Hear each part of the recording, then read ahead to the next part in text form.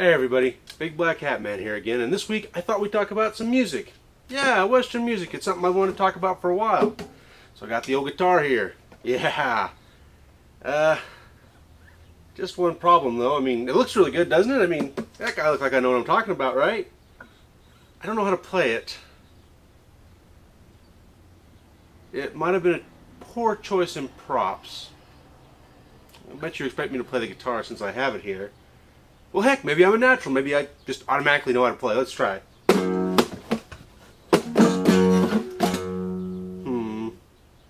That didn't sound right.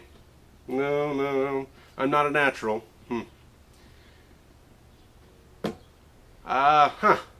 This is awkward.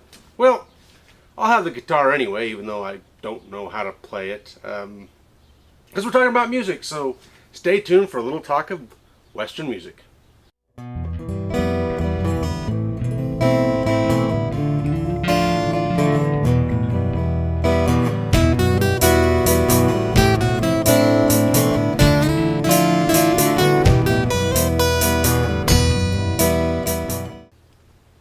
So as I stated, today on Western Thought we'll be talking about music.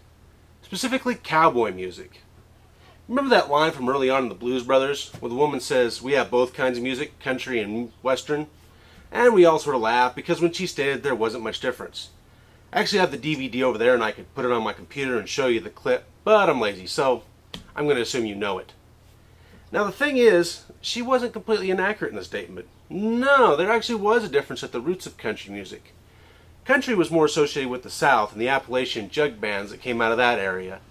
Western, on the other hand, was trailhand music, songs sung by cowboys coming up from Texas to the various points to drive their cattle up in Kansas and Nebraska. That's where that music came from, and it was popularized in the 1930s by the likes of Gene Autry and the Sons of the Pioneers, of course Roy Rogers coming out of that same tradition.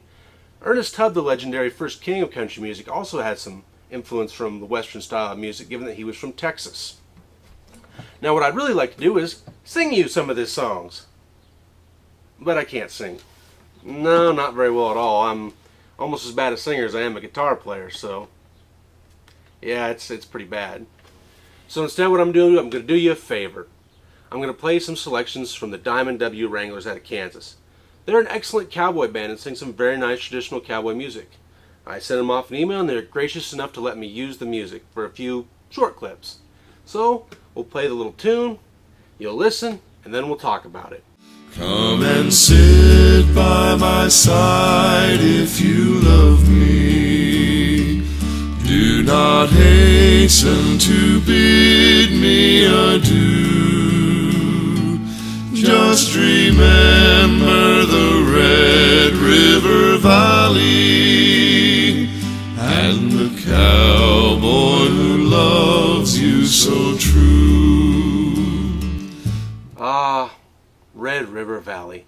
Now there's a good piece of cowboy music. Yes, this piece of music has its roots in, well, to be honest with you, its roots are kind of mysterious. Nobody's for sure who wrote the song. It goes back clear to the 1870s. It was a trail song for years and years, and of course, lasts clear up until today, as you can just tell. Oh, and by the way, just in case anyone's curious, here's a CD I'm using for the Diamond W Wranglers. It's a really good one. You can see my copy's getting pretty beat up because, well, I've listened to it several times. And as you can see, they did this at Carnegie Hall because they can orchestrate behind all their songs. They're talented like that. But at any rate, getting back to Red River Valley, it's so classic it was one of John Wayne's favorites. Yes, he insisted that it be played for the movie of the same name, and he could often be coaxed into singing it at parties. John Wayne's singing. Not really one of his talents I think most people know about, but by all accounts he was actually decent. I'm still not going to sing for you, just letting you know now. At any rate, I hope you're enjoying the Diamond W Wranglers, and let's move on to the next song. Oh, bury me not on the lone prairie, where the wild coyotes will howl over me in a narrow grave. Just 6x3. Bury Me Not on the Lone Prairie. Now there's a sad, sad song. But there's a reason it's sad. I mean, the guys who were on these trails, they were really risking their lives every time they went out. They knew it, everybody knew it. Now, just for an interesting little piece of information, this song was actually a sea shanty first, and it was about being buried at sea. And once again, it got to the West somehow, and we're not sure how and who changed the words, and maybe some old sailors came up and started working trail hands. Who knows? But it's a really good song, and it's a really sad song, but one that probably really resonated for the cowboys of the era. I really like the orchestration we just got there. It's nice and lonesome and sad. I've actually heard fast versions of this song, which don't work at all. In case you're curious, Johnny Cash also did a version of the song, which is quite nice to listen to with a good narration beforehand. It's just an excellent song that's been used over and over again, and man, but I really like this version. This is probably my favorite one. Home, home on the range, where the deer and the antelope play, where seldom is heard a discouraging word, and the skies are not cloudy all day. Ah, Home on the Range. How can we talk about cowboy music without talking about Home on the Range? It's the theme of the West. Beautiful piece of music, isn't it?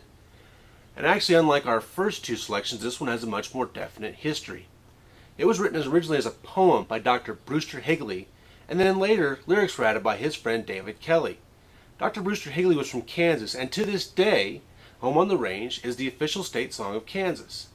Now, the version we get today apparently is a little different from the original version, and the modern version was written by a man named Gyan, who gives us the orchestration we associate with Home on the Range today. And naturally, that's the version I assume that the Wranglers are doing there, because, well, it's the only version I personally know. Now, Home on the Range really encapsulates everything about the West as we think about it. The mythical landscape, the creatures, everything I think we romanticize about it. It's a beautiful piece of music for that reason. You know, I'm so inspired, all these great cowboy songs. Maybe I'll give this one more try. Hold on here. Let me. Mwah, mwah, mwah, mwah. I apologize. I'm sorry about that. I'm just sorry. I'll play out with some more Wranglers, I promise. So, happy trails. Be careful who you listen to cowboy music from. And watch out for those rough patches. Wet Diamond Joe was a rich old Jay, had lots of cowboys in his pay. He rode the range with his cowboy band. Many a maverick got his brand. Now I hired on, offered Joe my hand. Got a string of horses so old they couldn't stand. Like I died from hunger, he treated me so. I never earned $1 off a Diamond Joe. So, real quickly, for those who know anything about music, you may have noticed a couple things about my guitar. One, it's missing a string, see? And two, it's left-handed, so it's clearly not my guitar. Thank my friend Lane for lending it to me. He's been in several of the videos, so a lot of people probably know who he is. I got a lot of people to thank today. Also thank Mr. Jim Farrell of the Diamond W Wranglers, who I talked to on the phone and gave me permission to use the music. I hope everybody enjoyed it, and I hope Mr. Farrell especially enjoyed it, because I was trying really hard to live up to the expectation of actually, having somebody care what I produce. Usually it's just me kind of being goofy, and so today I try to do a much more serious episode on something I actually do legitimately really love in cowboy music, and something that'd be very respectful to the Wranglers. So, hope everybody enjoyed.